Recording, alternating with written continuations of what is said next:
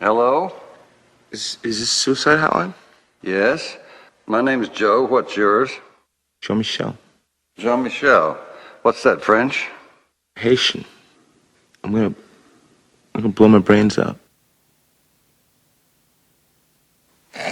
You okay? What's that noise? It's my mother.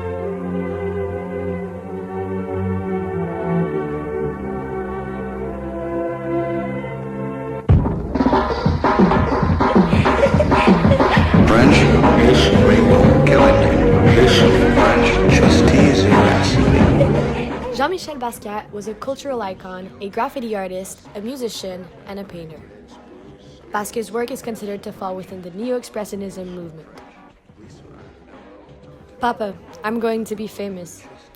That's actually something Jean-Michel once said. The thing is, he was a broke guy making graffitis.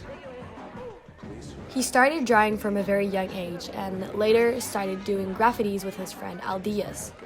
Only they were not ordinary graffitis. They called themselves Samo for same old shit. The unique thing was that these graffitis had a context. They were poetry, and because of that, people noticed them. Even though his life was short, it's safe to say that this self-taught artist of Puerto Rican and Haitian descent became a phenomenon in a very short amount of time. Even now, he's counted among the most expensive artists in the world and still is today a very important source of inspiration for contemporary artists. Richard Marshall once said, Jean-Michel first became famous for his art, then became famous for being famous.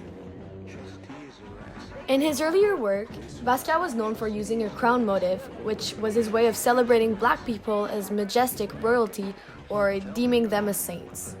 We can say it's kind of his trademark. Another artist, Francesco Clemente, said that Jean-Michel's crown had 3 peaks, for the poet, the musician, and the great boxing champion he was. Basically, he owns his art, his brushstroke. The fusion of words, figures, and symbols that he brought made him one of the most important artists of all time. Jean-Michel was born in the 1960s in New York. His mother suffered from a mental illness, while his father believed in corporal punishment, establishing a difficult childhood which would later influence his art. One day, while he was in the hospital, his mother brought him a book called Gray's Anatomy. That book and the anatomy works of Leonardo da Vinci were a strong influence to him because he learned much about skulls and internal organs. He also was inspired by Picasso. In fact, he did 2 paintings dedicated to him. Guernica by Picasso was the first painting that ever marked him. Some say he was inspired by Twombly because he used images and words. Others say he was closer to Dubuffet because he was more blunt and more urban, like Basquiat. Another thing that influenced him a lot, especially in his last pieces, was his fear of death. Also, in the mid-80s, Jean-Michel collaborated with the famed pop artist Andy Warhol, which resulted in a show of their work that featured a series of corporate logos and cartoon characters. Even now, years after his death, his popularity remains unshaken. Although Basquiat died at the age of 27, his legacy lives on through thousands of paintings and drawings. His work remains especially relevant today given the social and political climates across the world. As a result, artists of all forms continue Basquiat's commentaries on racism through their own work.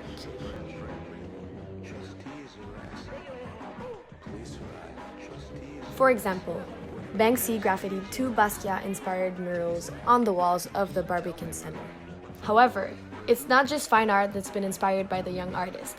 In 2013, Jay-Z released his album Magna Carta Holy Grail. For example, the song Picasso Baby references Basquiat countless times.